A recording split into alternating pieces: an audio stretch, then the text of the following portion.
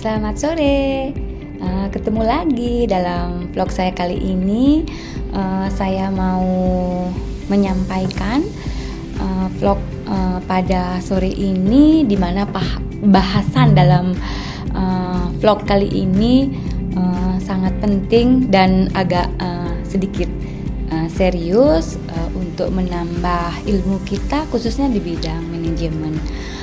Kali ini saya akan membahas topik yang sangat penting di dalam dunia bisnis, yaitu hubungan antara strategi organisasi dan fungsi manajemen sumber daya manusia atau MSDM, yang dimana kita di sini akan melihat proses dan pilar organisasi seperti supplier, produsen, konsumen, revenue, dan cost, di mana yang berinteraksi dengan fungsi-fungsi manajemen sumber daya manusia, yaitu di sini fungsi appointment, maintenance, dan separation. Nah, untuk vlog kali ini, mari kita mulai dengan definisi daripada strategi organisasi. Nah, di sini strategi organisasi adalah rencana jangka panjang yang dirancang untuk mencapai tujuan atau sasaran perusahaan. Nah, ini mencangkup bagaimana perusahaan itu berencana untuk bersaing di pasar, baik melalui pengurangan biaya maupun diferensiasi produk. Nah, di sini kita akan membahas tentang pentingnya strategi itu. Nah, strategi yang di sini jelas sangat membantu perusahaan untuk mengarahkan sumber daya manusia itu sumber daya. Nah, termasuk sumber daya manusia itu sendiri. Di sini yaitu jelas untuk dalam rangka untuk mencapai tujuan yang diinginkan oleh suatu perusahaan tentunya. Nah, di bahasan berikutnya yaitu tentang fungsi manajemen sumber daya manusia. Nah, di sini kita akan menjelaskan tentang pengenalan daripada MSDM itu sendiri. Nah, fungsi manajemen sumber daya manusia itu memiliki ada 3 fungsi di sini. Yang pertama adalah appointment, maintenance, sama separation. Nah, mari kita bahas satu persatu. Dimulai dengan appointment. Nah, appointment di sini merupakan fungsi yang mencakup proses pengrekrutan atau seleksi daripada karyawan itu sendiri.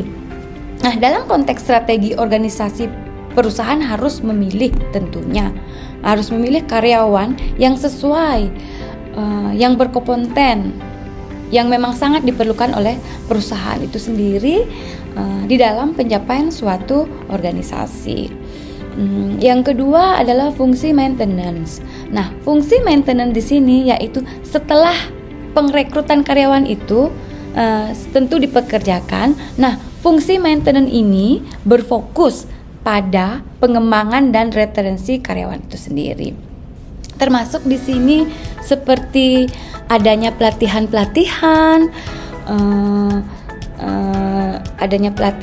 dan dapat menciptakan lingkungan kerja yang positif. Tentunya dari pelatihan-pelatihan itu akan terbentuk karyawan yang berkualitas, yang dapat menciptakan lingkungan yang positif, yang baik, sehingga dapat mencapai tujuan daripada suatu perusahaan. Nah, di berikutnya fungsi yang ketiga yaitu fungsi separation. Separation di sini adalah fungsi yang berkaitan dengan pemutusan hubungan kerja. Nah, perusahaan ini tentu pasti ada pemutusan hubungan kerja jika karyawan tidak mematuhi norma-norma atau peraturan-peraturan yang ada pada perusahaan itu sendiri. Tentunya sanksinya adalah berupa pemutusan kerja. Nah, pemutusan kerja ini biasanya menyangkut terjadinya pelanggaran-pelanggaran moral, kode etik yang telah ditentukan oleh perusahaan itu sendiri. Berikutnya kita akan membahas tentang pilar organisasi. Nah, pengenalan tentang pilar organisasi ini, pilar organisasi di sini ada 5, yaitu supplier, produsen, konsumen, revenue, dan cost. Nah, di sini kita akan membahas bagaimana masing-masing berhubungan dengan fungsi manajemen, fungsi dari manajemen sumber daya manusia yang telah saya jelaskan di atas tadi. Nah, kita mulai dengan supplier. Nah, supplier di sini adalah pihak yang menyediakan sumber daya, termasuk sumber tenaga kerja. Nah, di sini hubungannya dalam appointment adalah perusahaan harus memilih supplier yang dapat menyediakan sumber daya manusia atau tenaga kerja yang berkualitas tentunya untuk mencapai tujuan suatu organisasi itu sendiri. Nah, dalam maintenance atau hubungan yang baik dengan supplier, di sini hubungannya di sini adalah dapat membantu dalam pelatihan-pelatihan daripada karyawan itu sendiri. Yang kedua, pilar yang kedua adalah produsen. Nah, produsen di sini adalah memang yang memproduksi barang atau jasa. Di sini dihubungkan dengan fungsi maintenance adalah sangat penting, di mana karyawan yang terlatih, terdidik dapat meningkatkan produktivitasnya dalam bekerja. Nah, di sini karyawan yang sudah mendapatkan pelatihan-pelatihan, mereka dapat meningkatkan daripada produktivitas mereka sendiri sehingga dapat mencapai tujuan daripada suatu perusahaan itu sendiri. Nah, dalam hubungannya dalam separation di sini, perusahaan harus mempertimbangkan dampak pemutusan hubungan kerja terhadap proses produksi. Di sini perusahaan dapat mempertimbangkan terjadinya pemutusan hubungan kerja dalam proses produksi. Nah, pilar yang ketiga adalah konsumen. Di sini konsumen adalah pihak yang menggunakan produk atau layanan itu sendiri. Nah, dihubungkan dalam appointment ini, perusahaan harus merekrut karyawan yang benar-benar yang dibutuhkan oleh konsumen itu sendiri. Nah, di dalam pengrekrutan karyawan ini tentu ada beberapa kriteria yang harus dipenuhi oleh karyawan. Nah, dalam konteks hubungan dengan appointment di sini, tentu perusahaan akan merekrut karyawan yang memang benar-benar dibutuhkan oleh suatu perusahaan itu sendiri. Nah, dikaitkan dengan fungsi maintenance juga berperan dalam memastikan karyawan dapat memberikan layanan pelanggan yang terbaik. Di sini maksudnya karyawan bisa mengerti dalam hal melayani daripada permintaan si konsumen itu sendiri. Nah, lanjut yang pilar keempat adalah revenue. Nah, revenue di sini adalah pendapatan yang dihasilkan dari suatu perusahaan. Tentunya dalam suatu organisasi, dalam suatu perusahaan pasti ada revenue yang akan dihasilkan. Nah, di sini hubungannya dengan fungsi appointment, yaitu biaya yang efektif dapat mengurangi biaya pengrekrutan dan pelatihan. Nah, di sini kita belajar untuk mengurangi biaya saat pengrekrutan dan adanya pelatihan-pelatihan daripada karyawan itu sendiri. Nah, hubungannya dengan maintenance di sini yaitu meningkatkan produktivitas dan pada giliran untuk pendapatan. Nah, yang kelima adalah pilar cost. Nah, pilar cost di sini adalah biaya yang dikeluarkan oleh perusahaan.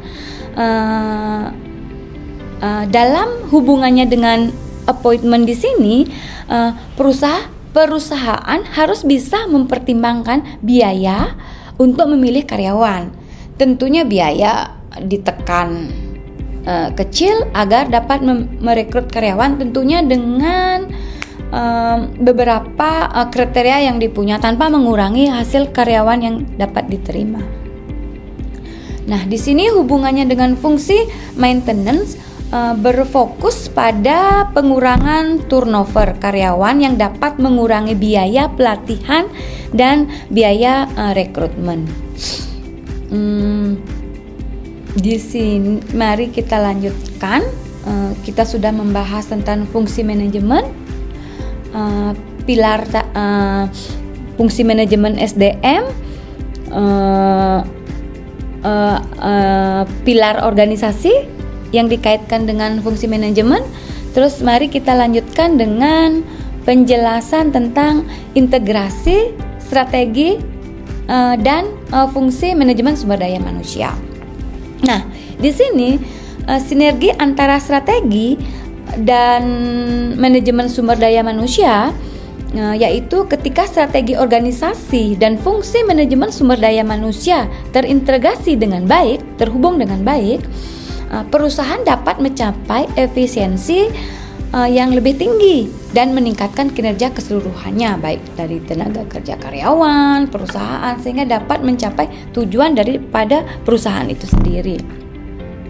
Contoh praktis saja di sini kita ambil, misalkan jika perusahaan menerapkan cost strategi, fungsi appointment harus berfokus pada merekrut karyawan dengan keterampilan yang diperlukan, yang sesuai dengan biaya yang telah kita sediakan, tanpa mengurangi arti dari kualitas daripada karyawan itu sendiri.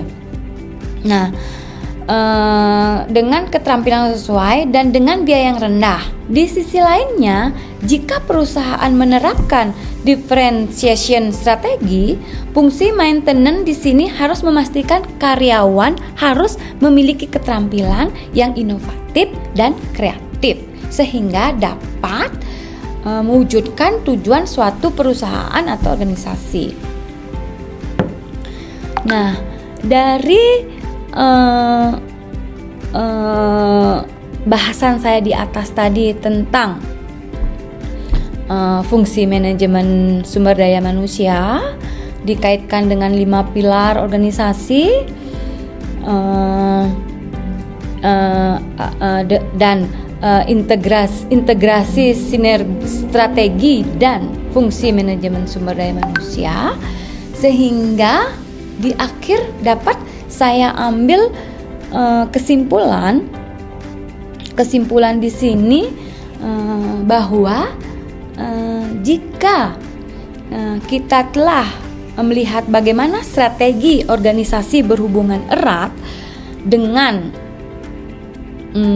fungsi-fungsi manajemen sumber daya manusia itu sendiri, dengan memahami hubungan ini, maka perusahaan dapat efektif dalam mencapai tujuan strategis mereka.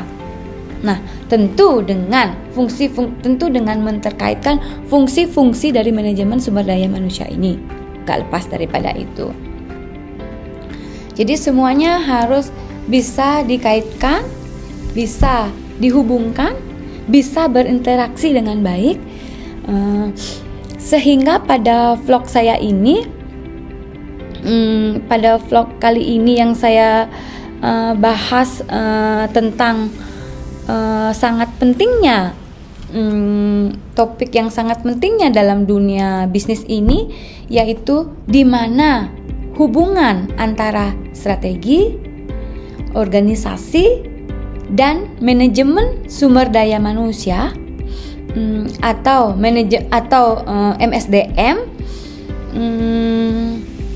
di mana fungsi-fungsi itu dapat berhubungan dengan baik, sinkron dengan baik, dan mempunyai hubungan yang erat di